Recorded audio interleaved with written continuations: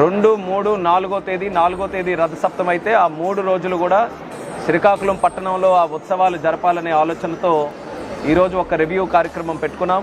కార్యక్రమానికి రాష్ట్ర మంత్రివర్యులు అచ్చెన్నాయుడు గారు, స్థానిక శాసనసభ్యులు గొండు శంకర్ గారు, అలాగే కమిషనర్ గారు సత్యనారాయణ గారు, కలెక్టర్ గారు, ఎస్పీ గారు, అందరి అధికారులతో చాలా పకడ్బందీగా ఈ యొక్క కార్యక్రమాన్ని ముందుకు నడిపించాలనే ఆలోచనతో ఈరోజు కూలంకుషంగా చర్చించడం జరిగింది.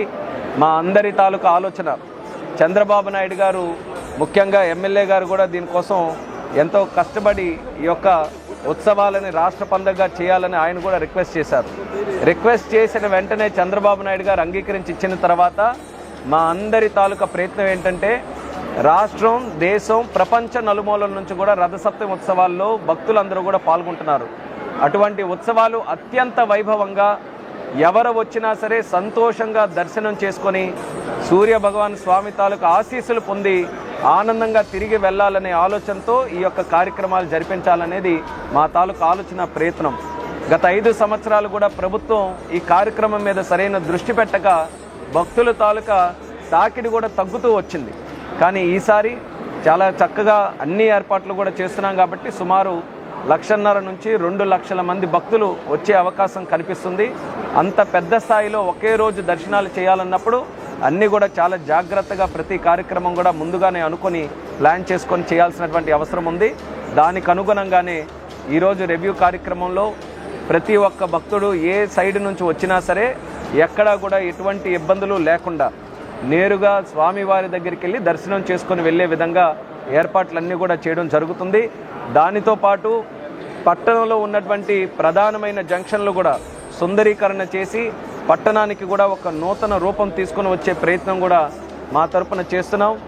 అలాగే కార్పొరేషన్లో కూడా జంక్షన్స్ అభివృద్ధి, అలాగే రోడ్స్ కానీ లేకపోతే ఎక్కడెక్కడ ప్రధానమైన కేంద్రాలు ఉన్నాయో వాటన్నిటిని కూడా ఇంప్రూవ్మెంట్ చేసి ల్యాండ్స్కేపింగ్ చేసి బ్యూటిఫికేషన్ చేయాలన్న ఆలోచనతో ఒక ఫేస్ లిఫ్ట్ కూడా కార్పొరేషన్కి ఈ సందర్భంగా ఇవ్వడం జరుగుతుంది.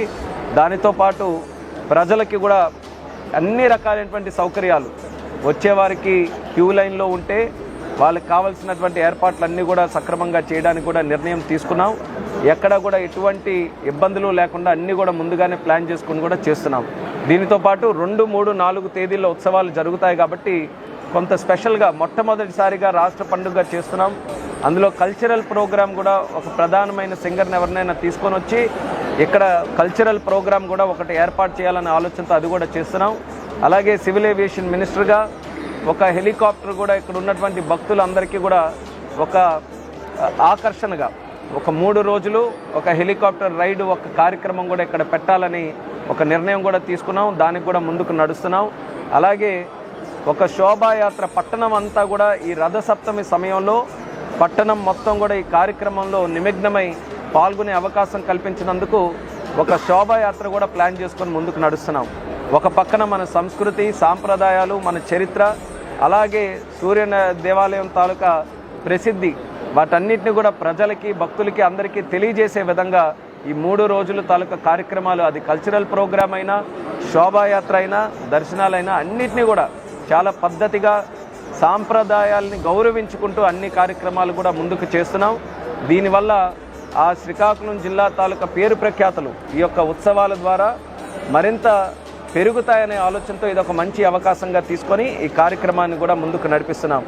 అయితే ఒక పక్కన దగ్గరలోనే రథసప్తమి వస్తుంది కాబట్టి ప్రధానమైనటువంటి దృష్టి రథసప్తమి కార్యక్రమాల మీద పెట్టినప్పటికీ కూడా మా ప్లాన్ అంతా కూడా అరసవల్లి తాలూకా దేవాలయం ఈరోజు ఒక తిరుపతి కానీ, లేకపోతే వారణాసి కానీ, అయోధ్య కానీ, పూరి పుణ్యక్షేత్రం కానీ, వీటన్నిటిలో ఒక కాంప్లెక్స్ కింద ఏ రకంగా డెవలప్ చేశారో అదే రకంగా అరసవల్లి సూర్య దేవాలయం కూడా ఒక చక్కనైన కాంప్లెక్స్ కింద డెవలప్ చేయాలనే ఆలోచనతో దానికి కూడా ఒక మాస్టర్ ప్లాన్ సిద్ధం చేసుకొని దాని వైపు అడుగులు వేస్తున్నాం.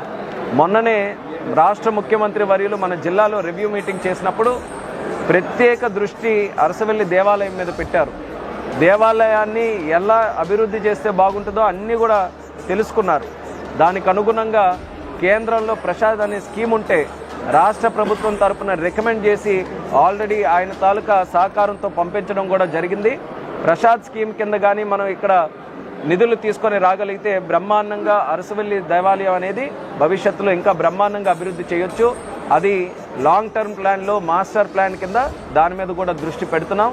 ఖచ్చితంగా రానున్న రోజుల్లో మేము గత 10 సంవత్సరాలుగా చూస్తున్నాం, చాలామంది భక్తుల తాలూకా తాకిడి ఎక్కువగా పెరుగుతుంది. కేవలం ఉత్సవాల సమయంలోనే కాకుండా సామాన్య రోజులు కూడా చాలామంది దూర ప్రాంతాల నుంచి, వివిధ రాష్ట్రాల నుంచి, వివిధ దేశాల నుంచి కూడా ఇక్కడికి రావడం జరుగుతుంది. వాళ్ళని దృష్టిలో పెట్టుకొని అరసవల్లి దేవాలయం అనేది అన్ని రకాలుగా కూడా అభివృద్ధి చేయాలనే ఆలోచనతో రాష్ట్ర ప్రభుత్వం, కేంద్ర ప్రభుత్వం 2 ప్రభుత్వాల తాలూకా సహకారం తీసుకొని లాంగ్ టర్మ్ ప్లానింగ్తో డెవలప్ చేస్తాం. అందులో ప్రధాన భాగంగా ఉత్సవాల తాలూకా కార్యక్రమాన్ని విజయవంతం చేయాలని ఈరోజు అందరం కూడా ఒక టీమ్ ఎఫర్ట్తో ఈ యొక్క కార్యక్రమాన్ని ముందుకు నడిపించడం జరుగుతుంది. భక్తులకు కూడా మేము కోరుకునేది, అందరూ కూడా ఈ జరుగుతున్నటువంటి కార్యక్రమాల్లో పార్టిసిపేట్ చేయండి, అందరూ కూడా పాల్గొనండి, అలాగే సహకరించండి. అన్ని రకాలుగా సామాన్య భక్తుడు ఎవరైతే వస్తున్నారో ఆ భక్తుడికి ఎక్కడ ఇబ్బంది లేకుండా దర్శనం చేసుకుని వెళ్ళడమే మా తాలూకా ప్రయారిటీ.